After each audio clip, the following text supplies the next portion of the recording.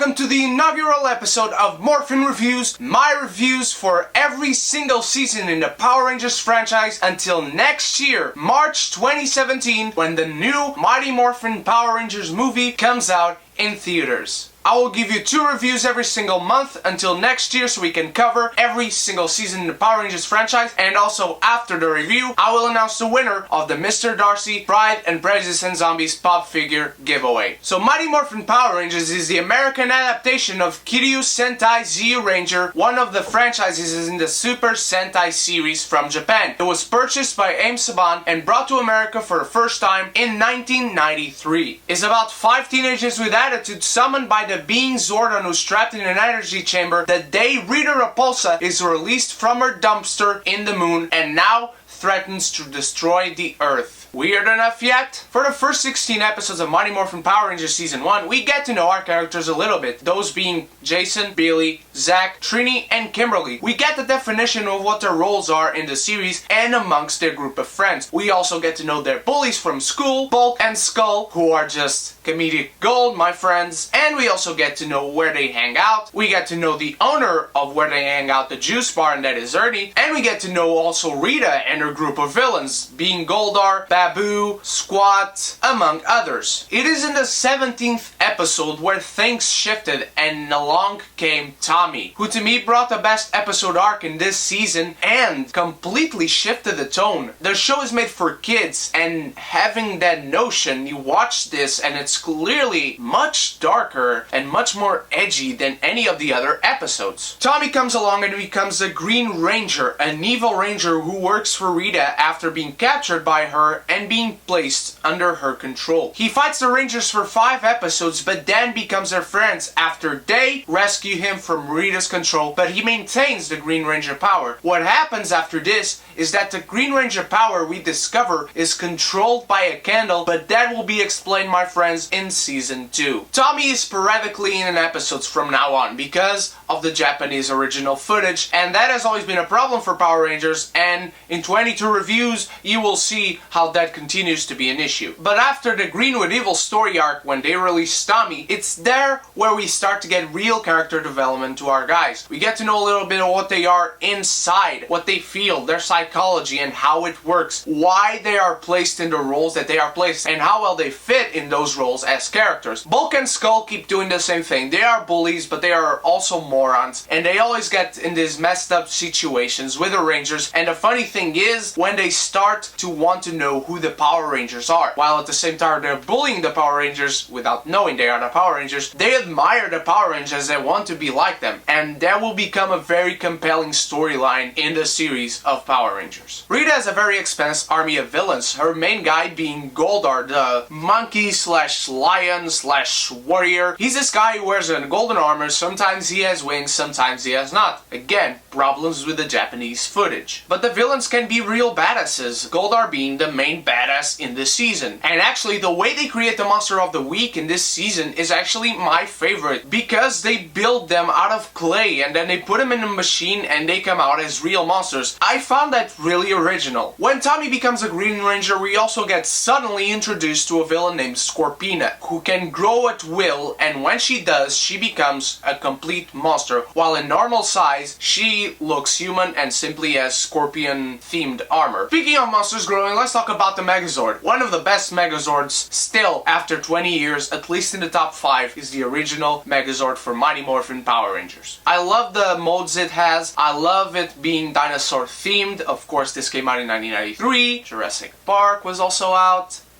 You can see a connection. I love Tommy's Zord, the Dragon Zord. Clearly, in Kiryu Sentai Zyuranger, it was a tribute to Godzilla, and actually at the time you could fear that they would not adapt the Dragon Zord to the American version, since it was such a Japanese thing. Of course, that was wrong thinking, and I'm glad they did not think that way. But I love that you can shift and have the Dragon Zord with Mastodon and Triceratops and Saber-Tooth Tiger, or you can just have it in tank mode and then it shifts into the warrior mode and gets the power Power Sword and has the amazing battles we see at the end of every episode. Guys, the acting, let's face it, the acting was never the thing Power Rangers were known for. So yes, at first it's really wooden. I think all of these actors who play the Power Rangers, this series was their first job. And even Tommy, I'm not saying he's stellar or anything, but when he came along, he does something that I can't quite put my finger on it, but he changes things. He makes you look at him and think, this is different, this is good. But it will get better eventually, and we'll actually, in many other seasons, talk about how someone stands out acting-wise. The series kind of stagnates after Tommy becomes a good Green Ranger, and when he's not in the episodes, you clearly notice it. Trust me, it's noticeable how Tommy is missing. The whys are not clear. And yes, Power Rangers repeats itself, but this is made for kids. I am a 23-year-old guy reviewing Power Rangers for you. I know this is not made for me, so there are many things that you have to accept being made for kids. Power Rangers will do, and some other things that Power Rangers will never be allowed to do. Guys, it's a fun series. It was made in the 90s. You can feel that 90s flavor in it in every single episode. It kind of stagnates story-wise, but you have many character moments. And when they dedicate themselves to the characters, episode-wise and script-wise, you clearly notice, and it's a good noticing. So I am going to give Mighty Morphin Power Rangers Season 1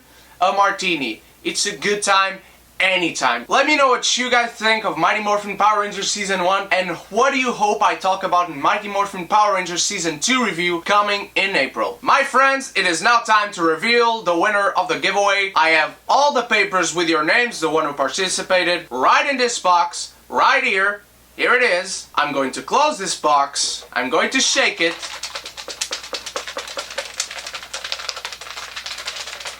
It's taking too long, isn't it? Let's open the box. And let's take a random person's name out. Alright. I got it.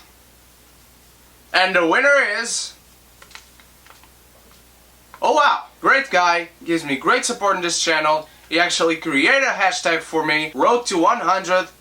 Hashtag it in the comments below. A Vida de uma Fruta wins the Mr. Darcy pop figure. Thank you so much, man, for participating. Hope I can give you guys another giveaway soon, and I hope you participate again. All of you, even the ones who didn't win this time, thank you so much. I can't wait to give you another pop or something else. This was really fun. I hope I can give you guys more stuff in the future. Thank you so much for watching, guys. I really appreciate it. Let's go into 100 subscribers. Hashtag it in the comments below. Road to 100. And share this video with your friends. Give a subscribe if you haven't already. Give this video a like if you really enjoyed it. I'll see you guys tomorrow in a very, very special video. I'll see you guys in the next review. Cheers.